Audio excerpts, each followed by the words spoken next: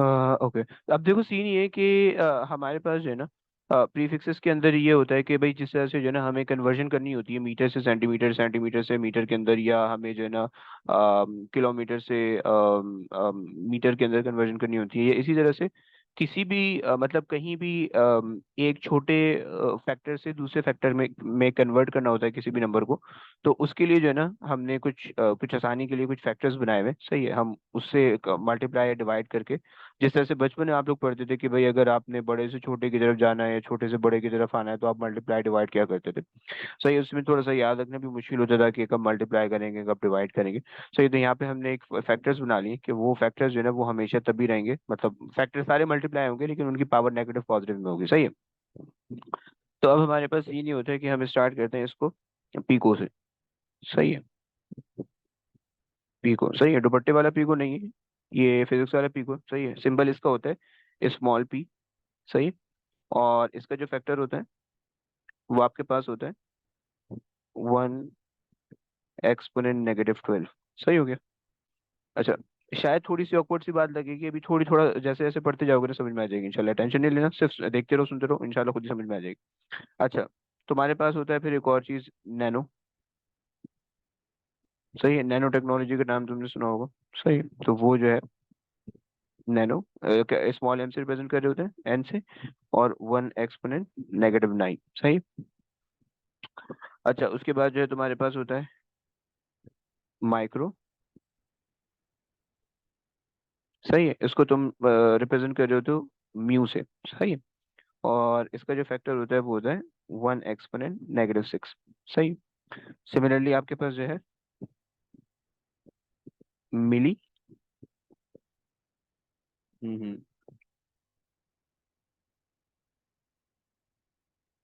सही है, इसको आप रिप्रेजेंट करते हो स्मॉल एम से। सही है। अच्छा, मिली के साथ एक और भी होता है, हम ग्राम, ग्राम भी जो होता है ना वो भी मिली के बराबर ही होता है। सही है, ग्राम। सही है, और इसको आप जी से रिप्रेजेंट करते हो। इन दोनों के लिए आप क्या यूज करते हो, 1 एक्सपोनेंट -3। सही है। उसके बाद आपके पास आता है सेंटी। सही है, उसके लिए आप क्या यूज करते हो, सी। सही है, सेंटीमीटर नहीं है, सिर्फ सेंटी है, सीएम सेंटीमीटर के लिए होता है। सही है। और उसके लिए आप क्या यूज करते हो, 1 एक्सपोनेंट -2। सही है। और फिर उसके बाद जो है आपके पास क्या होता है, डेसी। सही है, उसके लिए आप यूज करते हो डी। और उसके लिए आपके पास यूनिट आता है 1 एक्सपोनेंट -1। सही है। और फिर उसके बाद आपके पास आती है स्टैंडर्ड फॉर्म। सही हो गया। यहाँ पे आपके पास आती है स्टैंडर्ड फॉर्म। सही हो। स्टैंडर्ड फॉर्म का मतलब ये कि वो वाली फॉर्म कि जिसको कोई कन्वर्जन रिक्वायर्ड नहीं है। सही है। अगर कोई स्टैंडर्ड फॉर्म में नहीं लिखा हुआ है तो आपको आंसर स्टैंडर्ड फॉर्म में देना होता है। सही है। पता कैसे चलेगा, आप ये पूछ सकते हो कि भाई पता कैसे चलेगा मैं स्टैंडर्ड फॉर्म में देना है या नहीं देना। सही है। तो आपके पास जो भी क्वेश्चन आता है या तो वो एमसीक्यू का होगा या तो वो पेपर 2 का होगा। सही है। तो एमसीक्यू के अंदर भी आपने बस सिर्फ इतना देख लेना है कि जो जितने भी आंसर हैं वो सारे स्टैंडर्ड फॉर्म में दिए हुए हैं या नहीं दिए हुए। सही है। तो अगर नहीं दिए हुए तो इसका मतलब है कि आपको कन्वर्ट करना होगा। सही है। और अगर दिए हुए तो इसका मतलब है आपको कन्वर्ट नहीं करना होगा। सही है, बिल्कुल सिंपल सी कहानी है। अच्छा, फिर स्टैंडर्ड फॉर्म क्या है, तो वो स्टैंडर्ड फॉर्म हमारे पास जो हमने ऊपर जितनी भी यूनिट हमने पढ़े थे, जितनी भी क्वांटिटीज और जितने भी यूनिट हमने ऊपर पढ़े वो सारे हमारे पास स्टैंडर्डाइज हैं। सही है, स्टैंडर्ड फॉर्म है। जैसे कि आपके पास जो है ना, आप बिल्कुल बेस यूनिट से अगर आप याद करो, बेस यूनिट में आपने पढ़ा था लेंथ पढ़ी थी मीटर। अब लेंथ हमेशा मीटर में होगी, मीटर इसका स्टैंडर्ड फॉर्म है। सही है। आपने मास पढ़ा था किलोग्राम, किलोग्राम इसका स्टैंडर्ड फॉर्म है, ग्राम नहीं है स्टैंडर्ड। सही है, हमारे सिलेबस में किलोग्राम। सही है, सेकंड आपके पास है तो सेकंड स्टैंडर्ड फॉर्म है, आवर्स मिनट ये नहीं है स्टैंडर्ड फॉर्म। सही है। इसी तरीके से अब और दूसरी चीजें यहाँ पे अगर आप ड्राइव क्वांटिटीज के अंदर देख लो, तो आपके पास metre per second standard form है, kilometre per hour standard form नहीं है, you have to convert it into metre per second. Right. इसी तरीके से न्यूटन है, ये स्टैंडर्ड फॉर्म है, किलो न्यूटन या मेगा न्यूटन ये स्टैंडर्ड फॉर्म नहीं है। सही है। तो इसी तरीके से आपको इन सारे टेबल्स के हिसाब से देखना होगा कि भाई इनकी क्या स्टैंडर्ड फॉर्म है। सही है। अगर वो उससे मैच कर रही है, वेल एंड गुड, नहीं मैच कर रही है तो इसका मतलब है कि आपको उनको स्टैंडर्डाइज करना पड़ेगा। सही है। और स्टैंडर्डाइज कैसे करोगे, आप उनमें जो है ये वाली चीजें मल्टीप्लाई या डिवाइड कर दोगे, सही। ये वाली चीजें बेसिकली ये फैक्टर जो है ना ये मल्टीप्लाई कर दोगे, सही। इसकी क्या कहानी, इसमें थोड़ी सी जो है ना डिटेल में आते हैं, भी पहले सारी चीजें लिख लें और उसके बाद आते हैं, सही है। चलो, ये हो गई। अब स्टैंडर्ड फॉर्म, अच्छा स्टैंडर्ड फॉर्म से नीचे जितनी भी चीजें, उन सबको आप जो है ना स्मॉल लेटर से रिप्रेजेंट करते हो, वो सबकी पावर नेगेटिव के अंदर है, सही है। और स्टैंडर्ड फॉर्म से नीचे जितनी भी चीजें, स्टैंडर्ड फॉर्म से ऊपर जितनी भी चीजें थी जो कि अभी हमने देखी, वो सारी स्मॉल लेटर में रिप्रेजेंट हो रही हैं और उन सबकी पावर नेगेटिव में, सही है। तो याद रखना, जब भी किसी कोई प्रीफिक्स आपको लगा के दिया हुआ होगा, जैसे आपको सेंटीमीटर लगा के दिया हुआ है, सही है। तो अब सी आपको पता है स्मॉल लेटर में लिखा हुआ है, तो इसका मतलब है कि इसका जो आपने फैक्टर लगाना है वो नेगेटिव के अंदर होगा, सही है। और -2 होना चाहिए, सही हो गया। अच्छा, फिर उसके बाद जो है अगर आपके पास लिखा हुआ है अ, अच्छा, चलो स्टैंडर्ड फॉर्म से आगे चलते हैं। तो स्टैंडर्ड फॉर्म से आगे अगर आप चलोगे तो आपके पास आता है किलो, सही है। उसके लिए आपके पास क्या लिखते हो, के आप लगा दो, सही है। अब ये कैपिटल होना चाहिए, सही। अच्छा कि, अच्छा सॉरी, ये के कैपिटल नहीं होता है, नॉर्मल होता है, सही। और उसके बाद आप इसमें क्या लगा दो, 10, या आप कह दो 1 एक्सपोनेंट 3, सही हो गया। फिर उसके बाद आपके पास है मेगा, कैपिटल एम, सही, 1 एक्सपोनेंट 6। उसके बाद आपके पास है गीगा, सही है, represented by the capital G, and that is 1 exponent 9, सही है। फिर उसके बाद आपके पास आएगा tera, that is capital T, and ये आपके पास होगा 1 एक्सपोनेंट 12, सही हो गया। ये आपके पास कुछ फॉर्म है। इससे आगे भी होती है, लेकिन हम हमारे सिलेबस में फिलहाल यहीं से लेकर पीको तक की इंक्लूडेड है, इससे आगे की नहीं है, सही हो गया।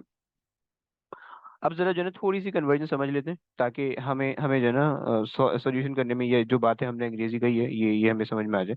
सही, जैसे कि अगर मेरे पास लिखा हुआ है 1 मिलीमीटर, सही है। मुझे अगर इसको कन्वर्ट करना है मीटर के अंदर, क्योंकि मुझे कैलकुलेशन के अंदर जो है मीटर इस्तेमाल करना है, मिलीमीटर नहीं इस्तेमाल करना, सही है। तो मुझे अगर कन्वर्ट करना है तो इस एम को मैं किससे रिप्लेस कर दूंगा, 1 एक्सपोनेंट -3 से, सही है। सो 1 मल्टीप्लाई बाय 1 एक्सपोनेंट -3, या डायरेक्ट एक्सपोनेंट -3 भी लगा सकते हो आप डायरेक्ट, 1 एक्सपोनेंट -3, सही हो गया। अगर मेरे पास है 2 मिलीमीटर, तो उसकी कन्वर्जन क्या आ जाएगी, 2 एक्सपोनेंट -3, सही है। अगर मेरे पास है 20 मिलीमीटर, तो उसकी कन्वर्जन मेरे पास क्या आएगी, 20 एक्सपोनेंट -3, सही हो गया। बताओ मुझे, समझ पा रहे हो तुम लोग, कोई मसला है इसमें? No sir. ओके। अच्छा, अब ये तो बड़ी बेसिक सी चीज है ना जो कि तुम्हें कन्वर्ट करना होगा। और देखो, हर सवाल के अंदर, हर एक सवाल के अंदर ये वाली चीज वो जरूर देगा। कन्वर्जन हर सवाल के अंदर आती है, चाहे वो अगर अगर वो न्यूमेरिकल का सवाल है, तो चाहे पेपर 1 का होगा चाहे पेपर 2 का होगा, कन्वर्जन हर एक सवाल के अंदर होगी। कहीं सेंटीमीटर में फंसाएगा, कहीं मीटर के अंदर फंसाएगा, कहीं ग्राम में फंसाएगा तुम्हें, सही है। और वो हर क्वेश्चन के अंदर, हर कैलकुलेशन वाले क्वेश्चन के अंदर वो जो है ना एग्जामिनर रिपोर्ट के अंदर लिखता है कि भाई बच्चे ने जो है ना पावर ऑफ 10 का मसला किया हुआ है, पावर ऑफ 10 का भंडार आ रहा है, ये सब चीजें, सही है। तो इसको तुम्हें बहुत जो है ना केयरफुली काम करना होगा, सही है। Over the period of time ये तुम्हारे पास जो है ना प्रैक्टिस से तुम्हारी चीजें आती रहेंगी, क्लियर होती रहेंगी, तो उसकी टेंशन नहीं लेना। तो अब देखो, क्वेश्चन किस तरह के आएंगे, क्वेश्चन इस तरह के आएंगे, सही है। जैसे कि तुमसे बोल दिया जाएगा कि भाई तुम्हारे पास जो है तुम्हें कह दिया जाएगा कि लेट्स से कि भाई एक एक तुम्हारे पास velocity is equal to F lambda, सही है। तुम्हारे पास ये जो है ना एक इक्वेशन है, फ्रीक्वेंसी की वेव इक्वेशन, सही है। मैंने तुम्हें बता दी कि भाई स्पीड ऑफ द वेव तुम्हें मैंने दे दी है 3 एक्सपोनेंट 8, सही है, ये स्पीड है। मैंने तुम्हें वेवलेंथ दे दी है 490 नैनोमीटर, सही हो गया। मैंने तुम्हें ये दे दिया। अब मैं तुमसे क्या बोल रहा हूँ, मैं तुमसे बोल रहा हूँ कि भाई तुम निकाल दो, फ्रीक्वेंसी निकाल दो भाई, find the frequency in terahertz, सही है। बताओ बच्चों, निकाल सकते हो तुम लोग?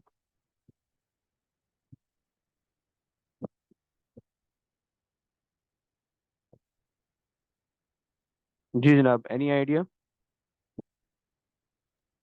ट्राई करना प्लीज।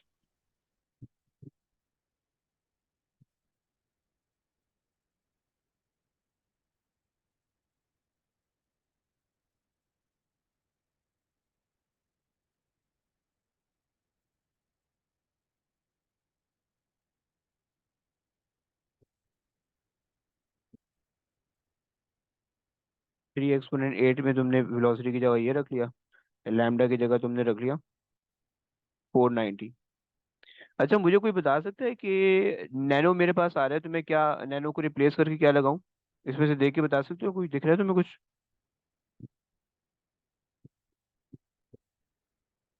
सर जनाब। 1 exponent - 9 very good very good. -9। सो 1 एक्सपोनेंट -9 सही हो गया। तो फ्रीक्वेंसी तुम्हारे पास कितनी आ रही है? तो ये है कैलकुलेटर वगैरह लेके बैठे हो?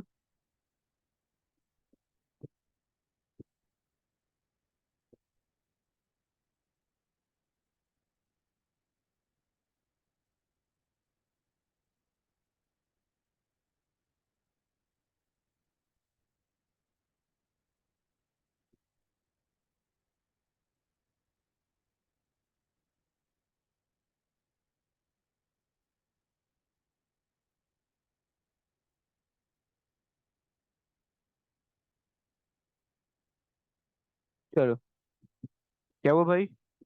Any idea? अच्छा, I am getting,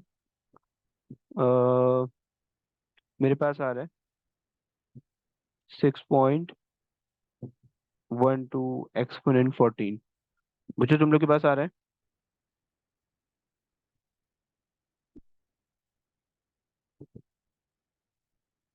yes.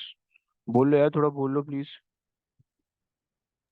Ji sir, यही आ रहा है। अच्छा, तुम्हें किस में कन्वर्ट करना है? तुम्हें इसको टेरा हर्ट्ज में कन्वर्ट करना है, सही है। अगर तुम्हें टेरा हर्ट्ज के अंदर कन्वर्ट करना है तो तुम्हें क्या मतलब हुआ? इसका मतलब ये है कि एक्सपोनेंट 12 तुम्हें लाना है, सही है। तो उसके लिए तुम्हें जरा कैलकुलेटर की हेल्प लेनी पड़ेगी। अगर तुम लोग के पास कैलकुलेटर है तो कैलकुलेटर के ऊपर जो है ना, कैलकुलेटर में जो एट एट की है, उसके ऊपर अगर आप देखोगे तो राइट साइड पे आपको मिलेगी एक की जिसको आपके पास लिखा हुआ होगा ENG, सही है। और उसको आप प्रेस करोगे तो उससे जो है ना आपके पास डेसिमल आगे पीछे होगा, तो जब आप उसको प्रेस करोगे तो आपके पास आ जाएगी फ्रीक्वेंसी 612 एक्सपोनेंट 12, सही है, हर्ट्ज, सही है। और आप 12 को किससे रिप्लेस कर सकते हो? टेरा से। तो आपके पास फ्रीक्वेंसी आ गई 612 टेरा हर्ट्ज। बताओ बच्चों, समझ रहे हो?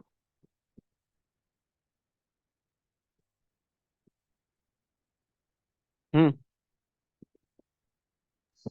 सर जो आपने कैलकुलेटर का बताया था वो वापस बता तुम लोग है कैलकुलेटर है पड़ा सामने? दो जी।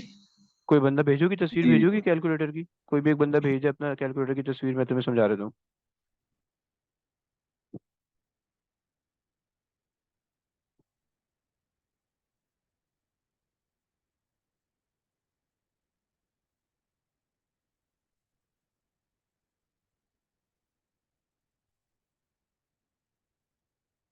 अच्छा,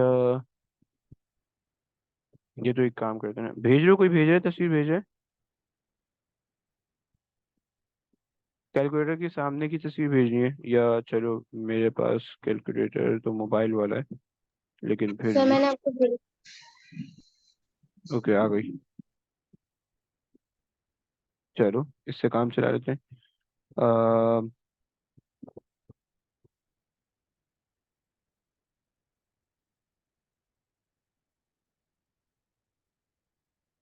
देखो, अगर आपके पास ये कैलकुलेटर है, सही है, तो देखो इस कैलकुलेटर में जो है ना आपके पास ये वाला बटन होगा ENG का, सही है। आप जब इसको प्रेस किया करोगे तो आपके पास जो है ना डेसिमल आगे को मूव होगा, सही है। यानी पावर आपके पास क्या होती रहेगी? छोटी होती रहेगी, सही हो गया। जरा मरियम, तुम्हारे पास है ये वाली वैल्यू फीड हुई हुई कैलकुलेटर के अंदर अभी, या मिटा दी? सर हटा दी मैंने। हटा दी? ऑन दबा दी या फिर वो दबाए, डिलीट? ऑन दबाए। ओके, खैर हो गई। तो वैसे तुम देख सकते हो कि तुम जितनी बार ENG दबाते रहोगे उतनी बार डेसिमल आगे चला जाएगा, सही है। और अगर तुम्हें डेसिमल को पीछे लेके जाना है तो तुम जो है ना शिफ्ट दबाओ और फिर ईएनजी दबाओ, तो तुम्हारे पास डेसिमल पीछे जाता रहेगा। सही है। तो देखो इस तरह के ना बहुत सारे क्वेश्चन आएंगे कि जिसमें तुम्हें इन दो कीज की बड़ी हेल्प लेनी पड़ेगी। सही है। तो उससे तुमने सॉल्व करना है। जैसे कि एक और क्वेश्चन मैं तुम्हें दे रहा हूँ, जरा उसको समझो, सॉल्व करो किस तरह करोगे। जैसे कि मेरे पास जो है ना क्वेश्चन लिखा हुआ है, मैंने तुम्हें फॉर्मूला दिया हुआ है, density is equal to mass upon volume. सही है। मैंने तुम्हें जो है ना जो भी ऑब्जेक्ट है उसका मास मैंने तुम्हें दे रखा है 0.6 माइक्रोग्राम। सही है। और मैंने तुम्हें जो वॉल्यूम दिया हुआ है वो मैंने दे दिया हम 2 सेंटीमीटर क्यूब। सही है। मैं तुमसे एक्सपेक्ट कर रहा हूँ कि तुम मुझे डेंसिटी निकाल दो। डेंसिटी तुम मुझे निकाल दो, density in KG metre cube के अंदर। सही है। तो अब तुम क्या करोगे?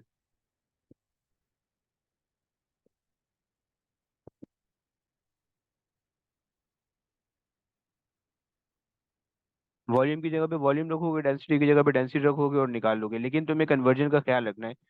पहले माइक्रो है, ग्राम है, इन दोनों को कन्वर्ट करना है क्योंकि तुम्हें किलोग्राम चाहिए। सही है। और तुम्हारे पास जो है सेंटीमीटर है और वो क्यूब है। सही है। तो तुम्हें उनको भी कन्वर्ट करना है इस हिसाब से। सही है। तो अगर तुम रखोगे कैलकुलेटर के अंदर तो 0.6 ऐसे ही आ जाएगा। माइक्रो के लिए तुम क्या फैक्टर लगाते थे? 10 एक्सपोनेंट -6। और ग्राम के लिए तुम क्या फैक्टर लगाओगे? 1 एक्सपोनेंट -3। सही है। तो ये माइक्रो को कन्वर्ट कर देगा और ये ग्राम को कन्वर्ट कर देगा। सही होगा। अच्छा, फिर नीचे तुमने क्या करना है, 2 सेंटीमीटर क्यूब है। अब सेंटीमीटर क्यूब को तुमने कन्वर्ट करना है। सेंटीमीटर तुम्हें पता है एक्सपोनेंट -2 होता है और उसका क्यूब है, तो क्यूब बोले तो सिर्फ क्यूब इसका होगा क्योंकि टू टू टू की टेंशन नहीं है, सिर्फ सेंटीमीटर क्यूब होगा। सही है। तो पावर 6 हो जाएगी। सही हो गया। तो तुम्हारे पास क्या बन गया, ये 6 बन गया। सही है। अब जरा निकाल दो मुझे क्या आ रहा है तुम्हारे पास, डेंसिटी कितनी आ रही है। मुझे जो है ना डेंसिटी तुम निकाल देना। अ, चलो सही, निकालो, पहले निकालो कितनी आ रही है।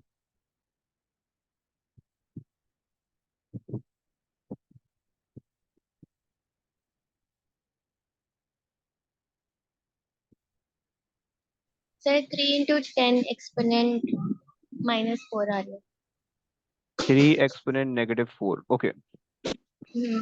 अगर मैं आपसे बोलूं कि इसको मिलीग्राम में कन्वर्ट करके मुझे बताओ तो कैसे करोगे?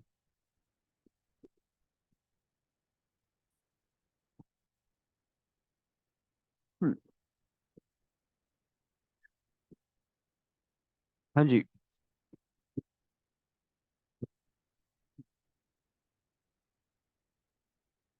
कोई आइडिया?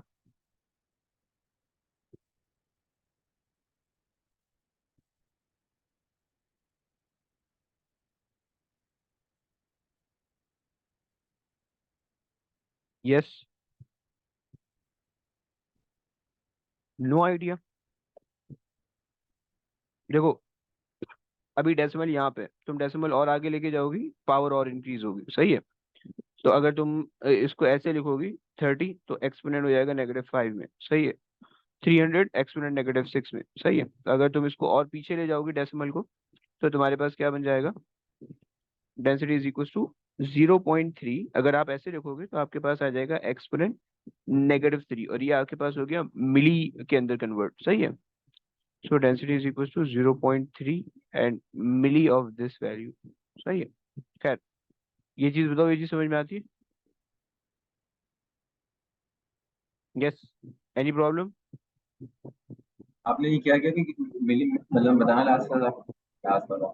मैं बस सिर्फ तुम्हें इतना बोल रहा था कि ये जो वैल्यू है ना, इस वैल्यू को तुम मुझे कन्वर्ट कर दो मिली के अंदर। सही है। यानी यानी इसके साथ जो है मतलब इसको जो है ना एक्सपोनेंट को इस तरह से कन्वर्ट करो कि वो मिली बन जाए। सही है। तुम्हारे पास रिजल्ट आ रहा था एक्सपोनेंट -4 का। सही है। और तुम्हें पता है कि मिली के अंदर क्या होता है, एक्सपोनेंट -3 होती है। सही है। जो पावर होती है -3 होती है। सही है। तो तुम अगर एक डेसिमल को टू द लेफ्ट शिफ्ट करोगे तो तुम्हारे पास जो जो पावर है ना वो डिक्रीज हो जाएगी। सही है। यानी नेगेटिव के अंदर बढ़ जाएगी, और अगर नॉर्मल देखो तो डिक्रीज हो जाएगी। सही। सो अगर आपके पास 3 था और आपने डेसिमल यहाँ शिफ्ट किया, तो आपके पास पावर जो है 4 से 3 हो जाएगी, और अगर आप आगे शिफ्ट करते तो 4 से 5 हो जाती। आप समझ रहे हैं आसान? सर हम्म। लेकिन इसमें साथ किलो भी तो है। देखो आपका ये आंसर आ रहा है ना, इसमें कोई मसला नहीं है।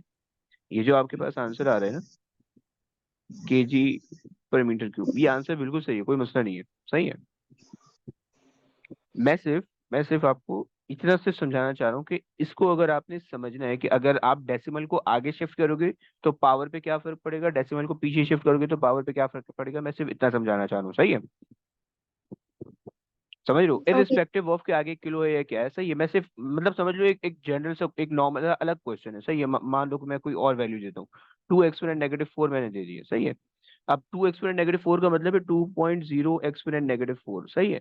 तो अगर मैं डेसिमल को टू द राइट शिफ्ट करूंगा, तो ये नंबर इंक्रीज होगा, और अगर मैं टू द लेफ्ट शिफ्ट करूंगा तो ये नंबर डिक्रीज होगा। सही है। बस मैं सिर्फ ये समझाना चाह रहा हूँ, क्योंकि अगर आपको ये चीज याद होगी कि डेसिमल को किस तरफ शिफ्ट करने से पावर का ऊपर जाएगी या नीचे आएगी, तो ही आप जो है ना उसको रिप्लेस कर सकोगे इस टेबल से। Right, getting. और अगर नहीं भी याद है तो भी टेंशन नहीं है, क्योंकि आप कैलकुलेटर से भी वो काम कर सकते हो। लेकिन बस कैलकुलेटर में टेंशन ये होती है कि कैलकुलेटर जो है ना 3 3 के डिफरेंसेस से चलता है। सही है।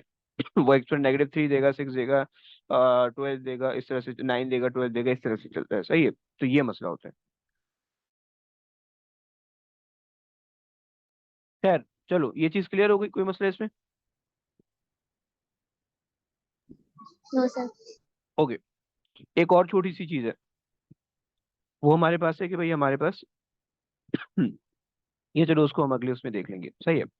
अगले चैप्टर के अंदर स्केलर वेक्टर के अंदर हम देख लेंगे कि भाई स्केलर वेक्टर के अंदर कौन कौन सी क्वांटिटी स्केलर होने वाली है, कौन कौन सी वेक्टर होने वाली है। सही है। अभी फिलहाल ये चैप्टर कंप्लीट हो गया। अब जरा रिज्वाइन करो, इसके पास ओवर कर दें। सही है। आ जाओ।